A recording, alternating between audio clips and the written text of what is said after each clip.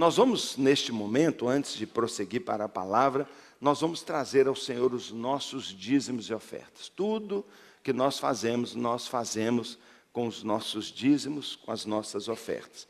E eu gostaria de ler o mandamento da palavra do Senhor para você, não é? Tanto do Novo como do Velho Testamento. Tem algumas pessoas que dizem que dízimo é prática do Velho Testamento, e eu sempre digo, é verdade mesmo. Dízimo é do Velho Testamento, dízimo é do Novo Testamento, dízimo é sempre, né? Se o Velho Testamento enfatizava que 10% era do Senhor, o Novo Testamento diz que 100% é do Senhor. Então, o crente, nós, depois de Cristo, não damos mais o dízimo, nós damos o centísimo, ou seja, 100%. Nós damos tudo, né? Mas 10% é o valor que o Senhor estabeleceu na sua palavra como adequado, coerente, né? É importante, mas também não me quebra. Mas é significativo, não é? É muito, e é muito. Quem ganha muito, dá muito.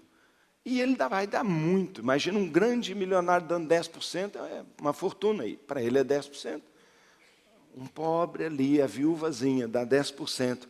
É muito para ela, não é? Quem ganha muito, dá muito. Quem ganha pouco, dá pouco. Mas todos diante de Deus dando tudo. E o texto diz, em Malaquias, no capítulo 10, tragam o dízimo todo. Tragam o dízimo todo ao depósito do templo, para que haja provisão na minha casa. E ponham-me à prova, diz o Senhor dos Exércitos, e vejam, se eu não vou abrir as comportas do céu e derramar sobre vocês tantas bênçãos, que nem terão onde guardá-las. Impedirei que pragas devorem suas colheitas, e as videiras nos campos não perderão seu fruto, diz o Senhor dos Exércitos. Então, todas as nações, todas as pessoas os chamarão de felizes, porque a terra de vocês será maravilhosa, diz o Senhor dos Exércitos. Porque a terra de vocês será maravilhosa. Você já pensou que colocar Deus em primeiro lugar, entregar a primícia para Ele, pode ser a chave entre uma vida comum e uma vida maravilhosa? Você já imaginou que o dízimo e o dinheiro que Deus passa pela nossa mão, porque a Bíblia diz que todo ouro e toda prata é dele, mas a cada mês um pouquinho passa pela nossa mão? Você já imaginou que isso é, sim, a provisão que Deus dá para a sua vida? Ele te dá o pão, Ele te dá a comida, mas junto com o pão, a comida, a roupa, vem um teste junto. E que tem uma parte ali que não é dinheiro, mas é teste. E você sabe que também tem uma parte ali que não é teste, é chave. Você já imaginou que ali, disfarçado de dinheiro, tem uma chave que abre a sua vida para uma terra maravilhosa? É a palavra do Senhor. Prova-me, prova-me. Eu não conheço uma coisa que Deus faça que não é motivado por amor. E quando Ele nos pede o dízimo, Ele não está tirando nada. Ele está abrindo a possibilidade, como diz o texto aqui, de derramar as comportas. Ele está abrindo e percebendo quem são aqueles que, por confiar tanto nele, serão alvo do derramar da maravilha de Deus. Pensa nisso. É palavra de Deus. É a Bíblia toda. Toda a Bíblia, para todas as áreas da vida do homem. A Bíblia não é uma palavra para o espírito, a Bíblia é para tudo. É para casamento, educação de filhos, é para tudo, tudo, tudo, tudo. Tá bom? Então pensa nisso. E agora é a hora de trazermos dízimos e ofertas. Nós vamos cantar mais uma canção e fazer deste momento um momento de adoração, de rendição.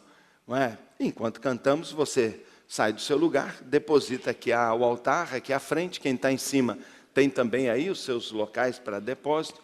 Coloque em speed de adoração, tá bom? E Deus o abençoe já antecipadamente.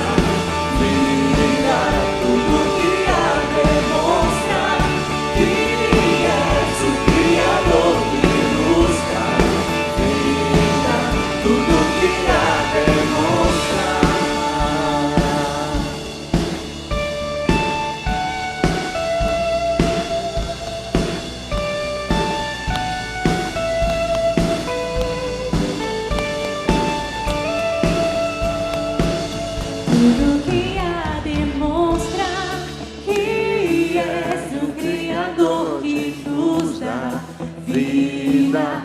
Tudo que há demonstra que és o Criador que nos dá vida. Tudo que há demonstra que és o Criador que nos dá vida. Tudo que há demonstra que és o Criador que nos dá vida. Tudo que há demonstra, tudo que há demonstra, tudo que há demonstra o Criador.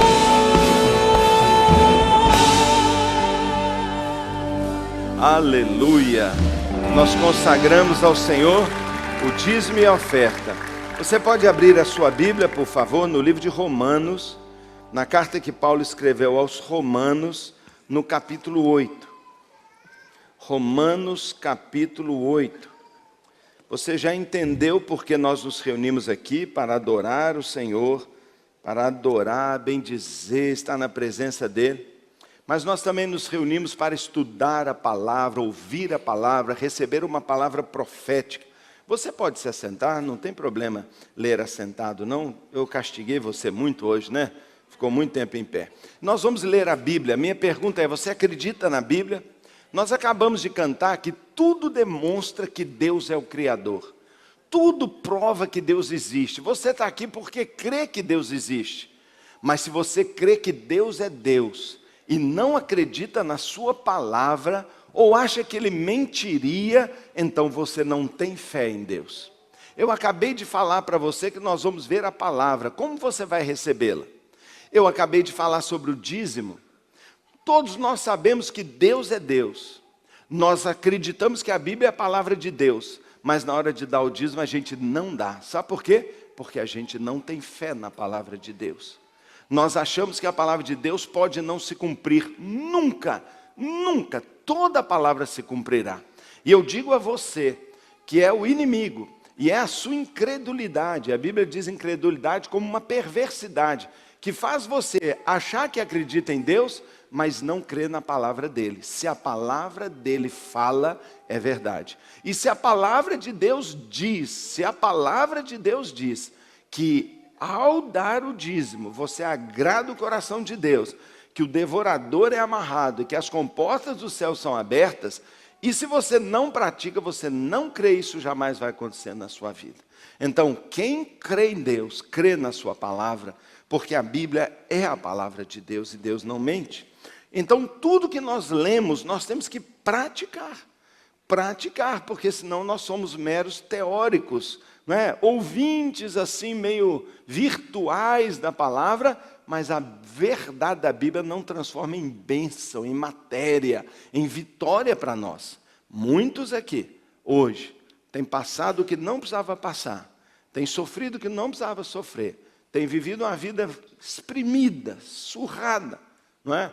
Porque não obedece à palavra de Deus. Mais uma palavra agora muito poderosa, Romanos capítulo 8, verso 28. Romanos 8, 28. Diz assim: sabemos, Paulo está dizendo, numa das suas cartas mais lindas, num dos capítulos mais lindos, com certeza muito conhecido por você, sabemos que Deus age em todas as coisas para o bem daqueles que o amam, dos que foram chamados de acordo com o seu propósito. Pois aqueles que de antemão conheceu, também os predestinou para serem conformes à imagem do seu Filho, a fim de que ele seja o primogênito entre muitos irmãos. E aos que predestinou, também chamou. E aos que chamou, também justificou. E aos que justificou, também glorificou. Que diremos, pois, diante destas coisas?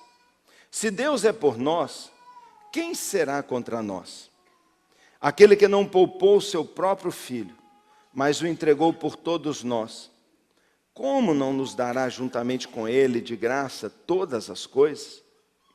Quem fará alguma acusação contra os escolhidos de Deus? É Deus quem os justifica. Quem os condenará? Foi Cristo Jesus que morreu, e mais, que ressuscitou, está à direita de Deus e também intercede por nós. Quem nos separará do amor de Cristo? Será tribulação, ou angústia, ou perseguição, ou fome, ou nudez, ou perigo, ou espada? Como está escrito, por amor de ti, enfrentamos a morte todos os dias. Somos considerados como ovelhas destinadas ao matadouro. Mas, em todas estas coisas, somos mais que vencedores por meio daquele que nos amou. Pois estou convencido que nem morte, nem vida, nem anjos, nem demônios, nem o presente, nem o futuro, nem qualquer poder, nem altura, nem profundidade, nem qualquer outra coisa na criação será capaz de nos separar do amor de Deus que está em Cristo Jesus, o nosso Senhor. Pai, nós estamos com fome agora. Não é só porque está chegando a hora do almoço, é fome. Fome do pão do céu, fome da palavra, fome do alimento que o Senhor nos dá. Por isso nós pedimos, nos dá o alimento, fala ao nosso coração. Nos abençoe, Senhor, nos abençoe. Fala ao nosso coração, Pai. Eu peço isso e oro em nome de Jesus. Ficou aqui no púlpito esse microfone, ele vai ser útil para mim. O fabricante desse microfone chama-se Shure, é uma marca, se não me engano, japonesa, deve ser, não sei. Mas é um microfone. Foi criado pelo seu inventor para nos ajudar numa reunião como essa. Nós temos inclusive esse tipo aqui que eu não preciso nem usar a mão, não é? Microfone. O objetivo dele, o propósito dele é ampliar. Ele pega, não é, o som da minha voz, joga para dentro de um sistema, aqui embaixo tem amplificadores, ali tem equalizadores, arrumam a voz o melhor possível, também eles não fazem milagre, não é? E aí eles soltam o som amplificado, não é? Você compreende, você entende, ajuda a gente a não ter que gritar, e ainda que multidões, lugares com 1 milhão de pessoas, 2 milhões de pessoas, através de um microfone, nós podemos, não é? Nós podemos transmitir de forma amplificada sons, voz. O inventor definiu esse propósito. Eu até posso querer usá-lo de outra maneira, não é? De outra maneira. Tem gente que acha isso aqui parecido com casquinha de sorvete, né? Mas não vai ter gosto. A pega é boa, daria, por exemplo, para bater um prego. Eu posso bater um prego com ele, mas não vai fazer bem. Eu poderia usá-lo de várias maneiras, até usá-lo como uma arma, mas não é o propósito. E qualquer uso fora do propósito vai danificá-lo e vai prejudicar a função original para o que ele foi feito. O texto bíblico que nós acabamos de ler contém uma das maiores revelações ou afirmações da Bíblia. Ela afirma para nós que o efeito deletério, o efeito de estrago, o efeito da queda, do pecado, a deformação moral, espiritual, humana, intelectual, o estrago que o pecado e que o Satanás fizeram no ser humano, a ponto de que ele perde a sua semelhança com Deus, ele perde a glória, ele perde a capacidade, a beleza, ele se torna um animal embrutecido, ele se torna animal mesmo, nós chamamos de brutos, ou, não é? Ele se torna tão afastado de Deus, tão diferente, tão raivoso, tão irado, tão mau, que o mundo tem que criar um sistema de leis. Nós temos hoje no Brasil mais de 500 mil brasileiros trancados em ferro, dentro de uma cadeia horrorosa, porque ele não pode andar por aí. No mundo inteiro são milhões de prisioneiros, milhões. E o governo não sabe mais o que fazer e como fazer. Tornozeleira, castração química. Por quê? Porque o homem se estragou. Cada um de nós tem que andar na linha, porque tem leis, tem câmeras. Precisa ter vigilância, tem cerca elétrica, tem arma. O ser humano teve que inventar uma coisa chamada arma para matar seu semelhante. Porque se não matar, ele vai te matar. Se você não matá-lo, ele vai entrar e vai destruir sua família, vai arrancar a cabeça de todo mundo. Então o homem começou a inventar coisas que a civilização original não podia ter. Você entende isso? Tudo ligado à segurança. O mundo gasta bilhões, trilhões em armas. Segurança, sistemas de vigilância. Câmeras para poder ver, porque não pode deixar uma pessoa subir sozinha no elevador que um ataca o outro.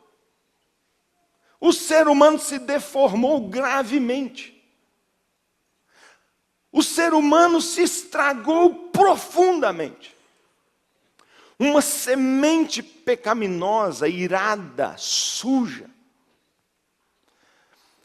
Tem que ter hoje delegacia especializada em prender pai, que deita sobre a sua filha e faz sexo com criança. Marido que espanca tanto a sua mulher, que é por lei proibido a se aproximar menos que 200 metros. Da pessoa que em tese ele escolheu para amar, para a qual ele foi atraído. Tudo porque dentro de todo ser humano, uma raiz, uma semente maligna, uma deformação causada pelo pecado e multiplicada ao longo de milhares e milhares de anos. A humanidade não está melhorando, o desenvolvimento não faz o homem mais puro, pelo contrário, os crimes mais hediondos, mais horrorosos, nós estamos vendo na nossa época. Na nossa época. Porque como base de todo mal, um pecado, é mãe de todos os outros pecados, chamado o egoísmo. Quando eu só penso em mim. É o egoísmo que faz nações explorarem outras nações. Faz o rico querer ser mais rico do que nunca. 5.000 famílias do Brasil, 5.000 famílias do Brasil são donas de 70% da riqueza do Brasil. Nossas empregadas domésticas são verdadeiras escravas. Porque eu não posso chamar outra coisa senão escravidão. Alguém que vive extenuado, sai da nossa casa para ir dormir na senzala e não ganha salário, ganha apenas a bolsa de comida para manter vivo e não cair morto, que é o que sempre se fez. O dono dos escravos só deu o mínimo de alimento possível para ele não cair morto, para poder no dia seguinte continuar trabalhando e produzir para ele conforto e riqueza. O mundo está todo estragado. A afirmação extraordinária, a formação extraordinária que Paulo faz aos Romanos e que depois ele vai amplificar isso na carta aos Efésios, quando ele diz que nós estávamos mortos em nossos delitos e pecados, mas que o Senhor nos deu vida. E não nos deu vida apenas para nós agora estarmos vivos e continuarmos explorando, matando, roubando e ter que ser enjaulado. Ele não nos deu vida para isso. Ele nos deu vida, ele diz, para formar uma nova humanidade. Para formar um novo ser humano. Cristo não veio só morrer na cruz para salvar-nos. Ele veio formar uma nova humanidade.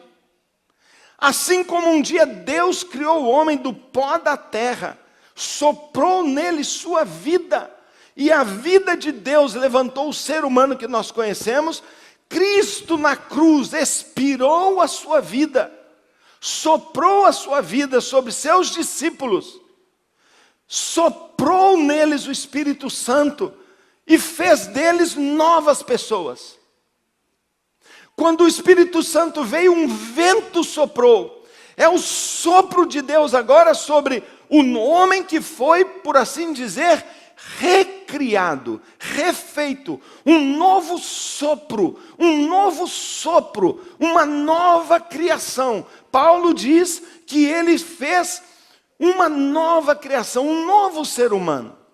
E que das diferentes nações, inclusive entre o judeu e o gentio, ninguém mais é nada disso, mas todos agora são família de Deus, povo de Deus. E o que é a família de Deus? O que é a família de Deus? É uma membresia de igreja?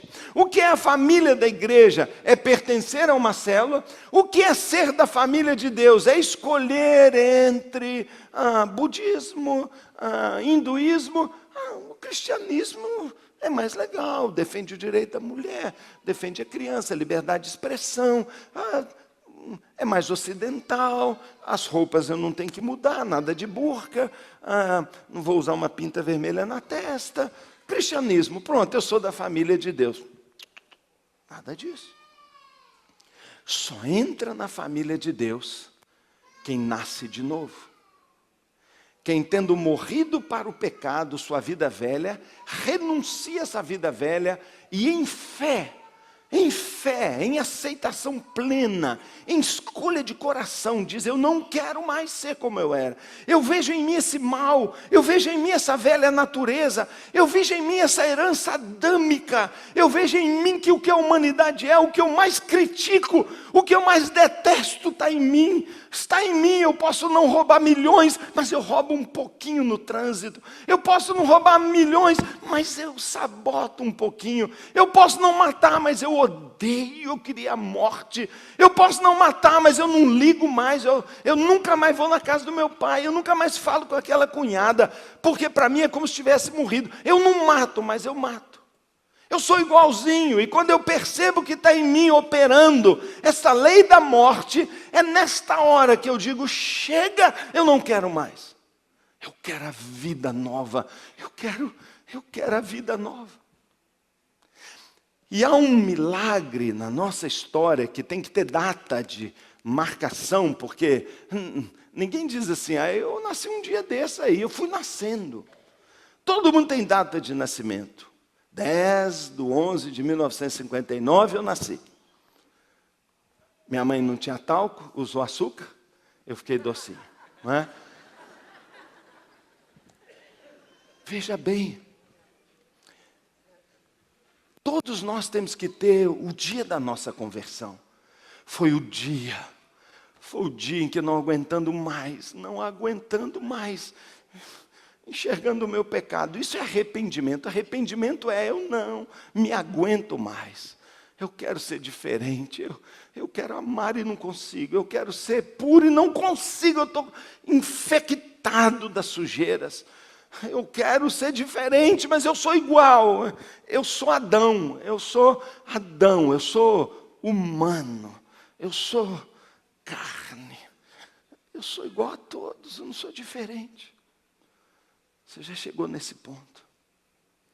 Você já chegou nesse ponto de que, sabe, você se ama, você gosta de você. Eu não digo que você está aí se punindo, nada disso, mas você chega a essa conclusão. Você olha no espelho e fala: tem que ter algo melhor para mim. E é quando a gente chega nesse fim da gente mesmo. Quando a gente começa a buscar onde. E muitas vezes tenta numa religião e tenta praticar, mas não acontece. Tenta passar um verniz, uma cara de pau. Tenta condicionar: não vou mais. Mas depois está lá de novo. E a vida religiosa também está cansada. E eu já não aguento mais. E aí eu ouço alguém dizendo assim: vinde a mim. Vinde a mim. Você que já está cansado e sobrecarregado, eu te aliviarei. Eu te transformarei. Vinde a mim, aprenda de mim, e você será como eu. Venha a mim e eu vou perdoar, sim, sua dívida. Claro, eu vou arrumar sua vida, eu vou perdoar sua dívida. Eu vou arrumar sua casa, sim, eu vou arrumar. Eu vou arrumar tudo, mas eu vou entrar dentro de você. E eu vou arrumar por dentro. Eu vou entrar nas suas feridas mais profundas. nas suas impossibilidades mais genéticas. Eu vou entrar na sua humanidade mais intransformável. Eu vou entrar na sua dureza mais inquebrável. Eu vou entrar no seu lado mais feio. Eu vou ver o seu lado mais sujo. Eu vou lá no que ninguém vê, só eu. Eu vou lá no seu escondido. Eu vou lá na raiz, no ponto da doença. No seu homem interior. E eu vou fazer você nascer de novo. Eu vou matá-lo. Eu vou lá e vou matar isso. E eu vou colocar uma outra semente. A minha semente. A minha natureza. Eu vou colocar dentro de você eu mesmo, o meu espírito. Eu, Cristo, vou habitar ricamente dentro do seu coração. Por isso, Ele pede para você abrir seu coração. Ele pede para você se render. Ele pede para você deixar. Deixar. A vida de Maria é uma figura disso. É uma grande história, uma representação disso tudo. Um anjo aparece para ela e diz: o Pai te escolheu para que no seu ventre nasça o filho dele. Homem nenhum terá relação com você até essa concepção, nem aquele que você já está comprometido com ele, mas o Espírito Santo te fecundará. Ele é Deus, Ele faz vida, Ele, aliás, que gera todos os bebês. Ou você acredita que é a esperma mesmo que faz vida? Cada vida Deus que fez. E ao fruto do amor, da escolha, da relação sexual daquele casal, Deus vê aquele espertinho daquele esperma correndo para aquele óvulo e Ele põe você lá. Escolhe os seus olhos, o comprimento do seu nariz, o tipo de cabelo, seu jeito fino, seu jeito largo, seu jeito altão, seu jeito baixo. Ele põe ali. Da mesma maneira, Maria levou um susto. Ela falou: como? Como? E Deus disse assim: é só se você deixar. Porque eu nunca forço ninguém. Eu não obrigo. Só se você quiser. E quiser muito. E ela faz a oração: Senhor, faça com a tua serva conforme a tua vontade. E pela escolha, pelo convite dela, Cristo nasce dela. Semelhantemente, pela nossa conversão, uma semente é colocada dentro de nós. E quando você se converte, você não adere à igreja. Por isso nós todos dizemos: igreja não salva ninguém. Igreja é crucial, é fantástico, é edificação, é o lugar do crescimento, é a família, é apoio uns aos outros, é um lugar de aprender a amar, aprender a cuidar, aprender a servir a Deus. Mas não é a igreja que salva, é Cristo. Cristo em nós, Ele implantado, é Ele no nosso coração. E só você pode fazer isso quando você diz: venha Cristo, venha, entra no meu coração. E Ele entra. E quando Ele entra, não é o fim. Quando eu me converto, não terminou. Quando eu entrego minha vida a Cristo e entro numa igreja, é a matrícula, é o início, é o primeiro passo, é a porta. Cristo é a porta. Eu entro, mas quando eu entro, há uma caminhada da vida inteira, cujo processo agora, chamado de santificação, de maturidade, de transformação, vai gerando na sua vida o propósito de Deus. Para que você foi feito? Estava todo estragado e Ele refaz você. Para que agora você seja o que Ele planejou. E o que Ele planejou? E o que Ele planejou? O texto diz aqui, verso 29, pois aqueles que de antemão conheceu. A Bíblia diz que Deus sabe de todas as coisas. A Bíblia diz que você já foi visto por Deus antes da fundação do mundo. Que você nasceu por um plano de Deus. Você não nasceu porque o anticonceptivo falhou. Você não nasceu porque uma relação indesejada aconteceu. Você não nasceu apenas também porque seu pai e sua mãe te amaram, te queriam tanto e você nasceu. Você nasceu acima de tudo pela vontade de Deus. Foi Deus que te fez, foi Deus que te bolou, foi Deus que te planejou, foi Deus que te viu, que quis te criar. Ele usou a história, Ele usou, mas o propósito de Deus foi a sua existência. A sua existência planejada, a sua existência sonhada, a sua existência foi planejada na eternidade, antes que o mundo existisse, quando a terra era sem forma e vazia, quando havia trevas, Deus já pensou em você e em mim, porque Ele é Deus. Ele primeiro faz tudo no seu pensamento, depois traz a existência. Ele é Deus, nada que está acontecendo é por acaso, Ele é Deus. E o texto diz que antes da fundação do mundo, antemão te conheceu, também te predestinou, fez o propósito, bolou, projetou você para ser conforme a imagem do seu filho, a fim de que ele seja o primogênito entre muitos irmãos. Algo muda no coração de Deus. Ele diz: eu tenho um filho, unigênito, único filho, Jesus é seu nome. Esse filho me agrada tanto, esse filho me dá tanto prazer, esse filho me honra tanto, esse filho é tão maravilhoso, que ele diz assim: eu agora quero. E a minha ideia é que a raça humana, esse ser muito parecido, um pouco menor do que Deus apenas, eu vou fazê-los para propósito, objetivo eterno, serem a imagem de Jesus. A imagem de Jesus. Uau! Deus tem um plano para a sua vida. Os recursos do céu conspiram. A caminhada, as ações de Deus conspiram para que isso aconteça. Deus tem um plano. Tem um plano que está andando em curso. O plano de Deus não falha. Nenhum plano dele vai ser abandonado. Aquele que começou uma boa obra, começou na conversão, é fiel, é poderoso para completá-la até o final. O Senhor não deixa a obra inacabada. E você fala assim: mas eu acabo de ser mandado embora. Tem mão de Deus aí. Mas eu tenho passado um perrengue no relacionamento com a minha esposa. Como é que você acha que seu caráter vai mudar? Mas eu estou passando uma luta muito grande comigo mesmo. Como é que você rejeitaria se você não brigar com você mesmo? Como é que você vai moldar? Como é que você vai mudar?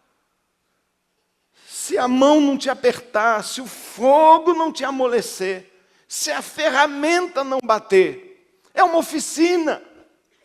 Se não cortar e serrar essa ponta que está machucando, se não tapar esse buraco por onde a brecha está entrando, isso dói, isso demanda tempo, isso impede que você, exige que você não fuja da mesa de cirurgia.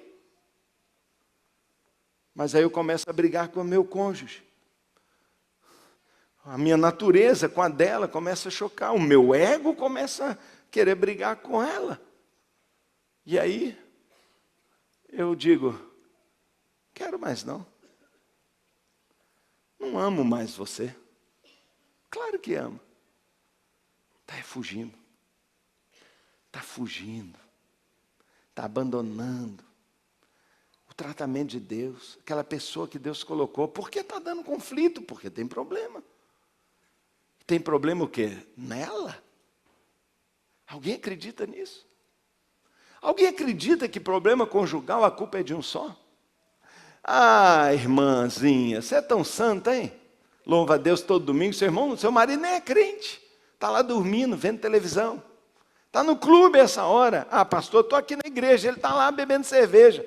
Por isso não dá, pastor, vou separar. Ah, é? A culpa é dele. Vem quinta-feira aqui, né, irmã? Vem quinta-feira aqui, né? É, guerra contra o ciúme, louvado seja Deus. Culto da mulher, essa quinta agora. Irmãos, a gente está sendo tratado por Deus, tudo que nos acontece tem um propósito. Agora, o que é ser semelhante em Cristo? Primeiro, Deus usa as circunstâncias, todas as coisas cooperam. Pastor, eu era tão próspero, pastor. Começou tudo a dar errado, pastor. E agora eu estou puxando a cachorrinha. Todas as coisas cooperam. Esse amor ao dinheiro estava fazendo o que com você? A sua prosperidade estava dizendo o quê? Deus me aceita como eu sou? Eu não tenho que mudar nada? Olha a bênção de Deus na minha fartura. A bênção dele ele está chancelando como eu sou. Ah, é? Você está entendendo assim? Você não está entendendo como graça? Não, você está achando que eu estou autorizando você a ser egoísta, mau, aproveitador dos outros como você é? E é por causa disso? Eu vou tirar. Cuidado com o que você fala. Porque Deus tem um propósito acima de todos os propósitos. Fazer você igual a Jesus. E se Ele tiver que mexer nas suas estruturas e causar às vezes dores, perdas, talvez te dá também momentos de arrebatamento. Se alguém tiver que orar e você bum no chão e ficar 3 horas tremendo ali, ter visão. Irmão, eu não tenho dúvida que Deus fará o que for necessário. Mas Ele tem o objetivo de fazer 3 coisas especiais na sua vida. Primeiro, mudar o seu caráter. O meu caráter. Eu sou cristão há quantos anos? Mais de 40. E eu digo a você, todo dia eu mudo. Eu tenho uma personalidade, eu tenho um estilo de ser, isso não muda. Paulo é Paulo, Oswaldo é Oswaldo, não é? Cada um é cada um, mas o meu caráter, querendo cada vez mais refinar a pureza, querendo cada vez mais ser justo, cada vez mais ser reto, cada vez mais falar só a verdade, com sinceridade e amor, querendo ter sabedoria para falar, para julgar, tendo discernimento de tratar as pessoas com o amor e o respeito que elas merecem, sendo honesto, caráter, amando o próximo, amando a Deus, dando atenção às crianças, caráter, não ultrapassando a liberdade do outro, o direito do outro, caráter, respeitando e amando as pessoas igual a mim. Se eu tenho 10, ela tem 10. Se eu ganho 5, ela tem 5. Igual. Caráter.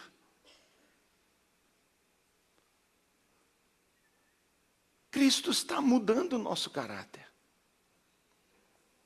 Meu caráter muda todo dia pelo aprendizado da palavra. A palavra de Deus me apresenta o padrão e eu aprendo como eu aprendi matemática. Eu não sabia matemática, eu não sabia história, eu não sabia mecânica. Eu estudei e aprendi. Eu não sabia. Eu não sabia o que é ser um bom homem. Eu não sabia o que é ter caráter. Eu não sabia que eu não posso falar uma mentira para o meu próximo. Achava que eu podia. Que eu podia para ser melhor do que eu sou, que eu podia para fugir de um constrangimento, que eu podia para passar a perna nele. Mas agora eu sei que homem como Cristo não faz isso. Eu não faço mais. Eu não sabia que eu falar um palavrão, eu encho o meu coração de coisas imundas. Eu não sabia que é o que sai da minha boca que contamina o meu corpo todo. E eu parei de falar a palavra torpe. Eu não falo uma palavra feia. Porque um palavrão apenas reflete e aumenta sujeira no meu coração. Porque a boca está falando que o coração está cheio. Para de falar que lá esvazia. Eu não sabia, mas eu aprendi na Bíblia.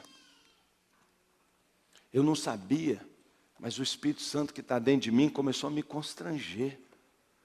E naturalmente, por andar com Deus, por andar com pessoas mais maduras, pessoas bacanas, eu comecei a ver e falei, eu quero ser como ele.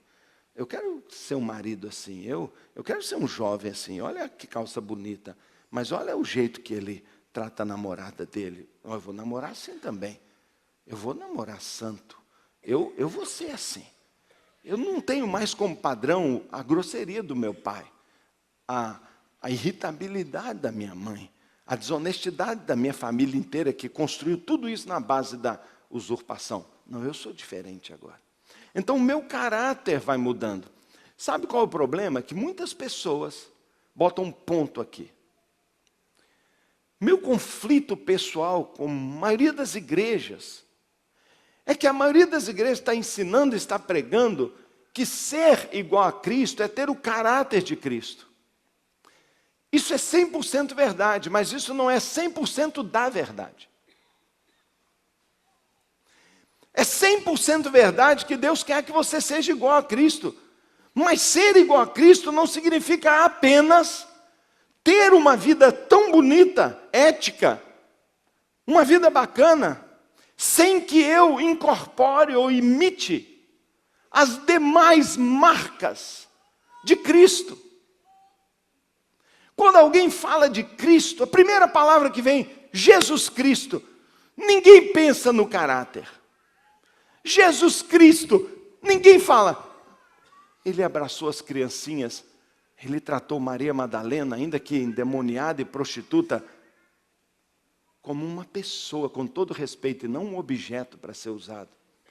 Ele foi perfeito como homem. Mas quando eu penso em Jesus Cristo, eu não penso só nisso. Quando eu penso em Jesus Cristo, a primeira imagem que vem é uma cruz. E por que a cruz? Porque a cruz era o preço que ele teve que pagar para que outros pudessem receber a vida dele, para influenciar, para conduzir. Ele disse, quando eu for levantado em sacrifício, atrairei muitos a mim mesmo. A morte dele é conhecida como paixão. E paixão fala para nós também, em outro sentido, de algo que eu amo, que eu dou minha vida por isso. Paixão fala de energia, fala de preço, fala de sacrifício. Paixão fala de entrega completa a uma causa. O pastor Amaury tem paixão pelas crianças de rua. Ele largou sua empresa, ele largou tudo. Porque ele tem paixão de ver crianças tiradas da rua, adotadas nas nossas famílias, devolvidas para o seu lar original. Pastor Júlio não consegue andar na rua e ver um mendigo sendo sarjeta misturado com rato e urina. Ele não consegue sentir aquele cheiro das fezes e passar. E ele levou para a casa dele e abriu uma casa. E agora tem uma cidade, chama Cidade Refúgio. Ele tem paixão e só ele sabe o preço que ele pagou para ter uma cidade refúgio. Cristo tinha paixão por salvar. Ele tem isso. Ser igual a Cristo é também ser um cristão apaixonado pela causa, apaixonado pela pessoa, mas que prossegue e entende que o que ele fez eu faço também. E o cristianismo se tornou viral, se tornou multiplicador, porque os seus 12 discípulos, um se perdeu, o outro veio no lugar, apaixonadamente saíram continuando a obra de Cristo. E não é só a paixão, mas há também uma obra.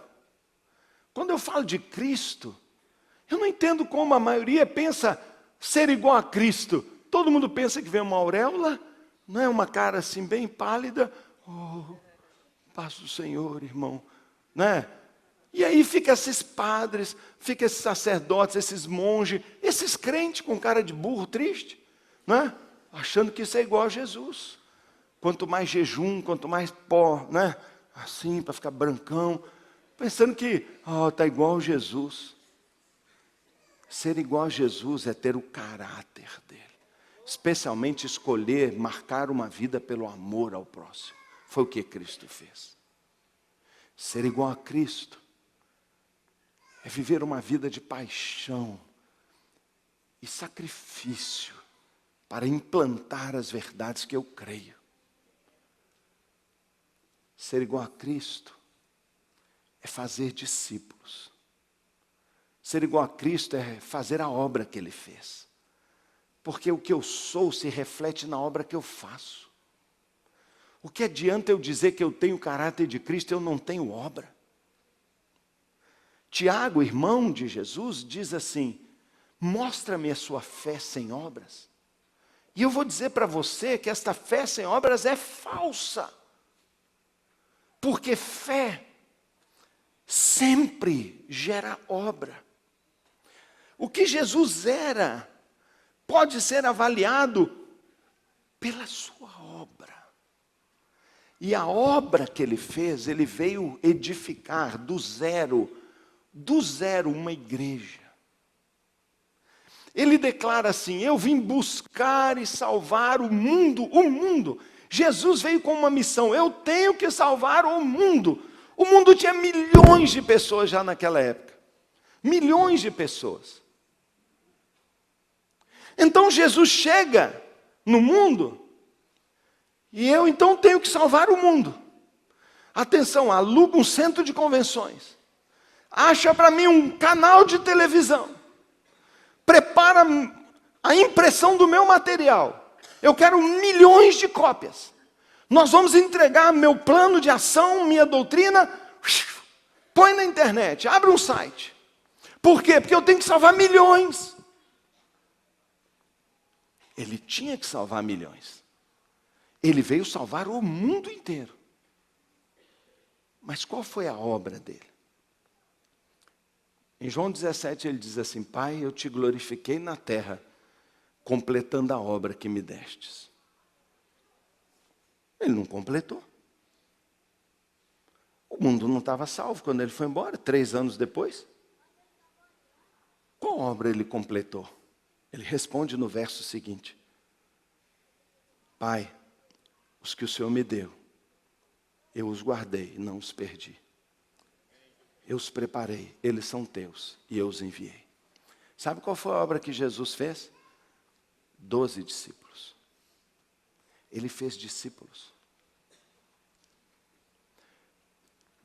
Jesus não pensa como nós. Muitos de nós dizem assim: que adianta eu salvar essa estrela marinha se todas essas estão morrendo aqui? E o menino diz o quê? Para essa faz diferença. Jesus tinha que salvar o mundo inteiro. E sabe o que ele fez para isso? Ele fez 12 discípulos durante 3 anos e foi embora. E largou tudo na mão deles. O que esses 12 discípulos fizeram?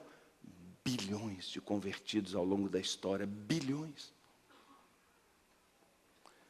Porque Jesus não pensa como nós. Que achamos que só o grande, o brilhante, o fantástico. E muitos de nós falam assim: eu não sou pastor. O pastor está lá, tem luz em cima dele, ele mexe a mão, ele grita, ele fala, e ele organiza, ele manda missionário. Eu vou no culto.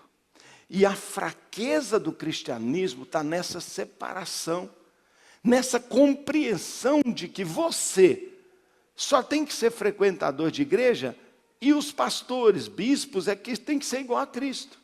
Ou no máximo essa errônea e absurda ideia de que ser igual a Cristo é só ser caráter.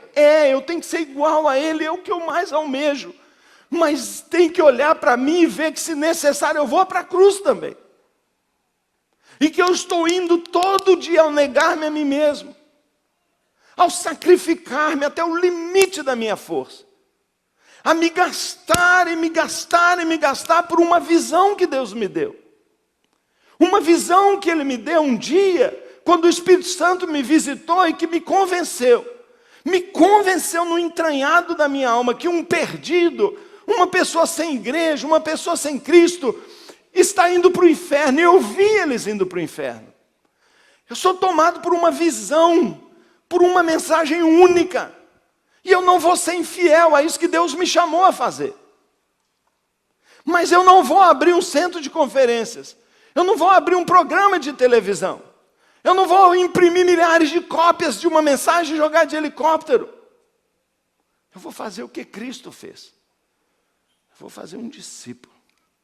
Vou abrir uma célula, fazer durante um ano discípulos, depois eles vão abrir mais duas, eu vou abrir mais duas, eu vou abrir mais outras, e cada dia, devagar, aparentemente muito devagar, eu vou multiplicando discípulos.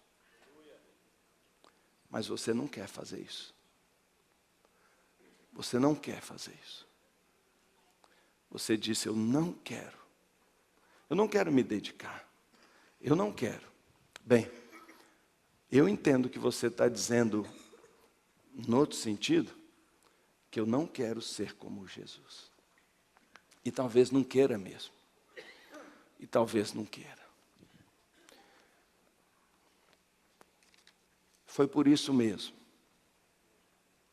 para mudar até o nosso querer, até o querer, foi que Jesus disse assim, e para que isso aconteça e você seja como Jesus, eu colocarei lá dentro do seu homem interior, lá dentro, o meu Espírito Santo, e Ele te dará poder, e Ele fará isso, e Ele produzirá relevância, semelhança de Cristo dentro de você.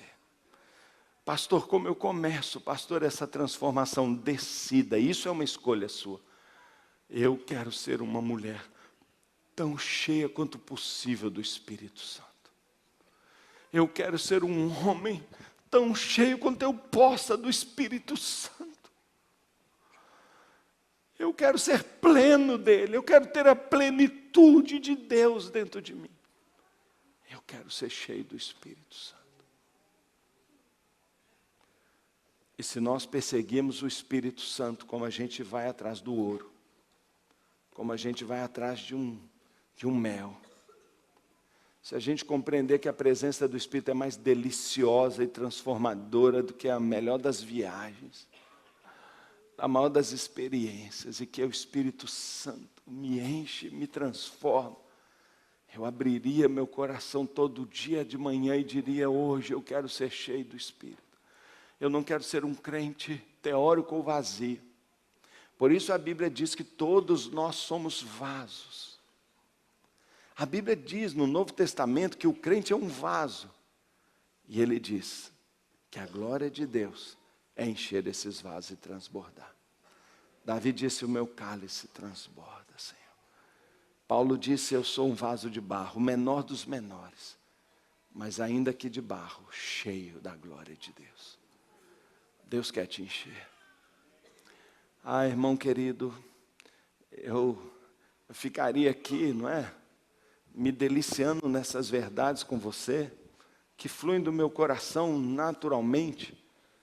Eu ficaria aqui até amanhã, até depois de amanhã. Mas não é pelo muito falar, é pela unção, é pelo convencimento do Espírito. Porque eu vou orar agora, para que Deus coloque em você. Eu estou firmado numa palavra que diz que é Ele quem efetua em nós, tanto o querer quanto o realizar. É Ele que põe desde a vontade até a transformação. Aliás, tudo é dele. E eu vou pedir a você para se colocar de pé, para nós orarmos juntos mais uma vez. Ah, como eu me alegro de você ter vindo hoje de manhã. Como eu me alegro de poder ter entregado essa mensagem de Deus para a sua vida. Como eu fico feliz de poder saber que você vai para casa agora pensando. E de que você vai entrar no seu carro agora dizendo, eu vou dirigir como Jesus dirigiria. E que você vai hoje tomar a refeição na mesa com sua família, como se Jesus sentasse à mesa com a sua família. E que você hoje vai à tarde descansar, ou vai ao culto à noite, ou você vai visitar a sua família como Cristo faria. E que amanhã você vai para a sua empresa pensando assim, o que Cristo faria nos meus passos? Se Ele chegasse aqui, como é que Ele cumprimentaria uma pessoa? Sabe, querido, quando alguém vem a uma mesa, um garçom, e abre para você Sob gelo e limão, ele põe sua Coca zero. Como é que você vai? Como é que Jesus diria para ele assim? Muito obrigado. A gente não pensa, mas o mundo está se destruindo, porque essa pessoa ninguém nem sabe que ele veio. Ele com todo respeito te serve. Ele te honra. Ele faz algo tão direitinho para você. Você não é capaz de olhar no olho dele, ver o crachazinho e dizer assim: ô Paula, ontem a moça que me serviu o café lá no Sheraton, mais chique de São Paulo, onde eu estava hospedado. A moça que serviu tem o nome da minha filha. E eu olhei para ela e falei: Paula, você tem o nome da minha filha. Eu sou o Paulo. A partir daquela hora, essa mulher só fez me agradar. Só fez me agradar. E eu pude dizer apenas para ela que Jesus te abençoe nesse dia. Ela, muito obrigada.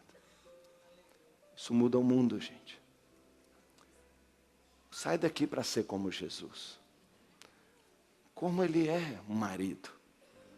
Como ele responderia ao seu pai que pede para o seu pai? Jesus teve um pai. Como é que ele respondeu ao seu pai? Quando o pai pediu para ele buscar uma ferramenta lá atrás na oficina. Como é que ele falou? Como ele olhava para as mulheres? Mas nós não estamos aqui só para isso. Se ele estivesse aqui no seu corpo, ele iria para uma célula toda semana? Ele colocaria algumas pessoas que sabem menos do que ele e se esforçaria para compartilhar com elas as verdades do seu coração? Eu só posso dizer sim. E se alguém daquele grupo fosse hospitalizado, e aquilo significasse que você, como um pastor dele, não assistiria jogo à tarde, iria no hospital fazer uma visita, você faria? Muito menos do que a cruz, muito menos do que ir para a cruz. Mas é assim, sabe? Quando caráter, paixão e obras, nós vamos nos assemelhando a Jesus. Ele achou que se isso acontecesse com 12, o mundo seria mudado.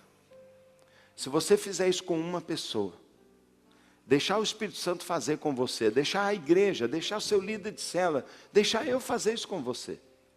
E se você fizer isso com uma outra pessoa, um amigo chegado, um parente, um filho, Jesus acredita que multiplicando pessoas.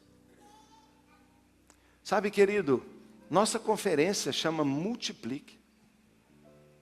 Essa palavra não saiu da boca de um pastor megalomaníaco.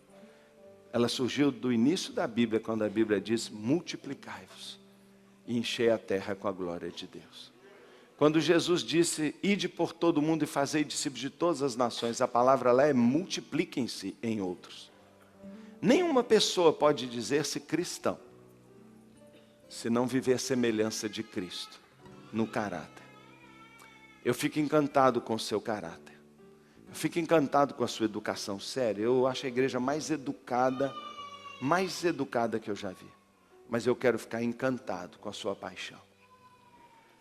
Eu vou estar feliz quando eu perceber a paixão de Cristo em você. E eu vou ficar mais maravilhado ainda quando eu começar a perceber a obra de Cristo sendo feita por você. No que você der conta. Mas você dá conta, sim, de ajudar numa célula, de abrir sua casa para sentarem na sua cadeira. E você dá conta, sim, de fazer um discípulo. Você já fez. Tem gente aqui que já fez um monte de discípulo e parou de fazer. Volta ao primeiro amor. Volta. Volta às primeiras obras. Volta. Feche os seus olhos para nós orarmos.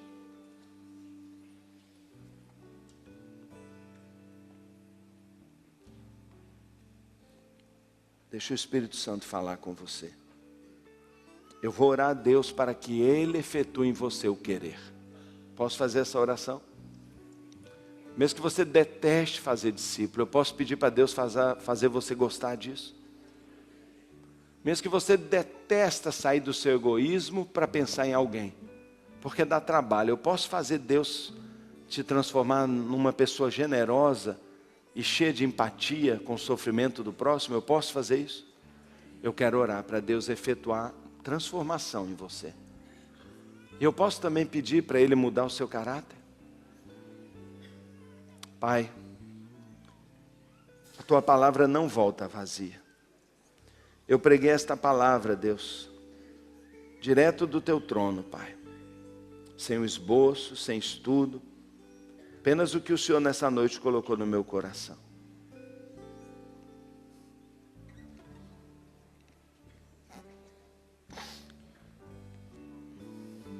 Eu quero, Senhor. Eu quero isso para mim, Senhor. Eu quero o seu caráter, Jesus. Eu quero, Jesus, a sua paixão. Eu faço tão pouco, Senhor. Eu me poupo tanto, Senhor. Eu quero morrer, Senhor. Quero ser achado digno de morrer, de sofrer, de ser perseguido. O Senhor disse que se eu fosse seu discípulo, o mundo me odiaria, não me odeia. Eu quero ser odiado, Senhor. Eu quero ser odiado pelo radicalismo do meu cristianismo, pelo radicalismo do meu amor que incomode, porque o meu amor não está incomodando ninguém. Senhor, Jesus amou como ninguém e o mundo o odiou. Ao final o mataram, Senhor. Mas as pessoas abrem a porta para mim, me dão presentes, quando deviam estar me odiando.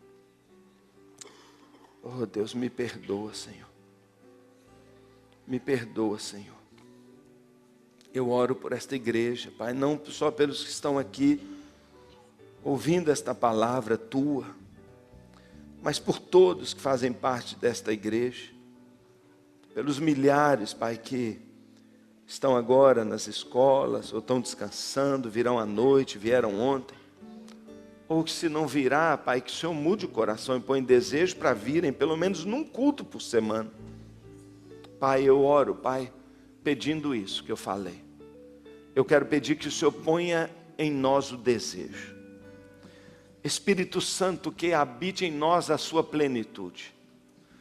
A plenitude, o homem, eu peço primeiro o homem, Pai. Primeiro o homem, depois a mensagem. Depois a mensagem. Depois a colheita, primeiro o homem. Pai, eu quero pedir que o Senhor dê vontade a nós. Põe o desejo de ser igual a Jesus. Coloque em nós o desejo e o anelo de ter um caráter como o seu. De estudar a Bíblia e os evangelhos para aprender como Jesus era.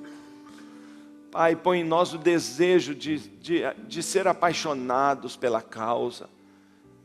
Pai, de amarmos a igreja, de amarmos a multiplicação, de amarmos a obra, de nos sacrificarmos por pessoas, pela causa, pelo ideal cristão de um mundo novo. Senhor, que cada um de nós dê o seu máximo, Senhor, porque assim está imitando Jesus que deu tudo. Senhor, eu oro também, Pai, que o Senhor nos dê desejo de fazer a mesma obra que Jesus fez. Que o Senhor dê desejo a cada um, através de um pequeno grupo, como Jesus teve o dele, fazer discípulos, evangelizar, ensinar, cuidar, multiplicar e se reproduzir em pelo menos alguns. Deus, e não haverá limite ao impacto de uma igreja que volta à origem, Senhor. Pai, é claro que nós temos nossos problemas, vícios, pecados, traumas, mas eu estou pedindo para o Espírito Santo nos encher e nos curar, porque o Espírito é o bálsamo de Gileade, é o que cura nossas almas. É claro que nós temos medos, é claro que nós temos culpas, é claro que nós temos travamentos, mas nada é impossível para alguém que tenha plenitude. Eu peço, Espírito, enche-nos. Aviva esta igreja, enche cada um aqui do Espírito Santo, enche-nos do teu poder. Eu oro e peço isso, Senhor, crendo que esta oração tem a resposta, e o Senhor está respondendo agora, porque eu oro no nome de Jesus.